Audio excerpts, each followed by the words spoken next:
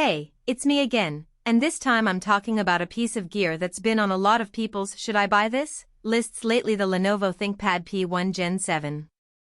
I know the hesitation you feel when you're looking at a high-end mobile workstation. The price tag is steep, the specs read like a mini server, and you're trying to figure out whether you're actually getting something that will make your day-to-day work easier or just another heavy metal laptop you'll push to the back of a drawer.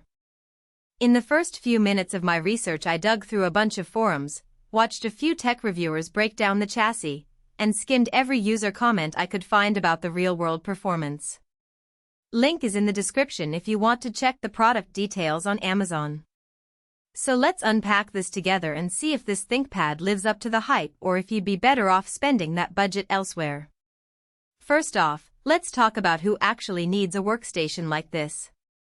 If you're a freelance 3D artist, a video editor handling 4K footage, or a data scientist running large models on your laptop, the P1 Gen 7 is built for you. The 32GB of RAM means you can keep a dozen heavy applications open, say Blender, Adobe Premiere, and a couple of virtual machines without the system hiccuping. In my own testing, I had Adobe After Effects rendering a 10-minute 4K sequence while simultaneously pulling assets from a massive Photoshop file, and the laptop held steady with no noticeable frame drops. That kind of multitasking is where the memory capacity actually shines, not just in a spec sheet. On the flip side, if your day revolves around email, spreadsheets, and occasional web browsing, you'll probably be paying a premium for power you'll never tap. The P1's core is an Intel Core Ultra 9 185H, which is a beast for compute-heavy tasks, but that also means the heat output and fan noise are proportionally higher. In a quiet coffee shop, the fans ramp up to a noticeable whir during intensive workloads.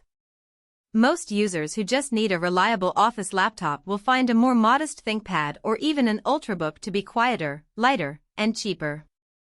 Now, let's get into the display because that's a big selling point.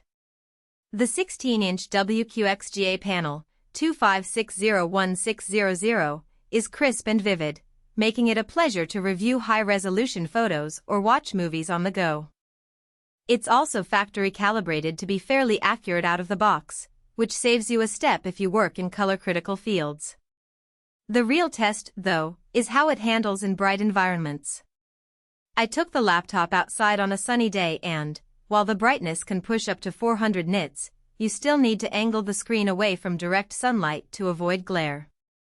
That's not a deal-breaker, but it's something to consider if you're often on the road without a shade-dotted desk. Storage is where the P1 really feels generous.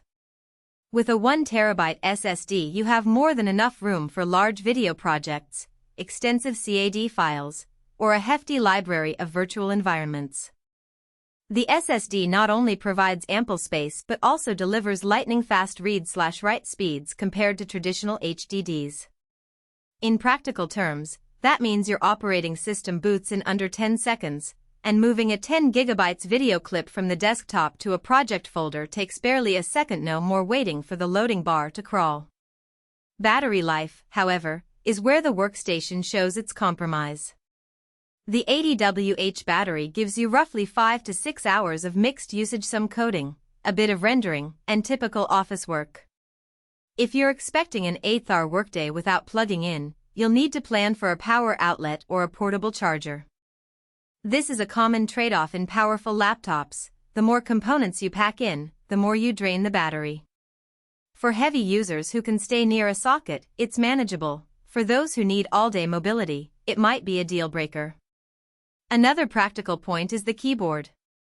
Lenovo's ThinkPad line is famous for its tactile, responsive keys, and the P1 continues that tradition with a full-size English layout and a subtle backlight. Typing a long script or entering data feels comfortable, and the key travel is enough to give you feedback without being too loud for shared spaces. That said, the keyboard sits a bit higher on the chassis compared to earlier models, so the typing angle is steeper. It's something you'll notice right away if you're used to a flatter typing surface. Port selection is worth a mention because it directly affects how you'll use the machine in the field. The P1 offers 2 Thunderbolt 4 ports, an HDMI 2.1 output, a full-size SD card reader, and a couple of USB-A ports. In practice, that means you can hook up a 4K external monitor, connect a fast external SSD for additional storage, and still have a legacy USB-C device on hand. I found the SD card slot especially handy when I transferred footage directly from a camera without needing a separate card reader. The only missing piece is Ethernet. You'll need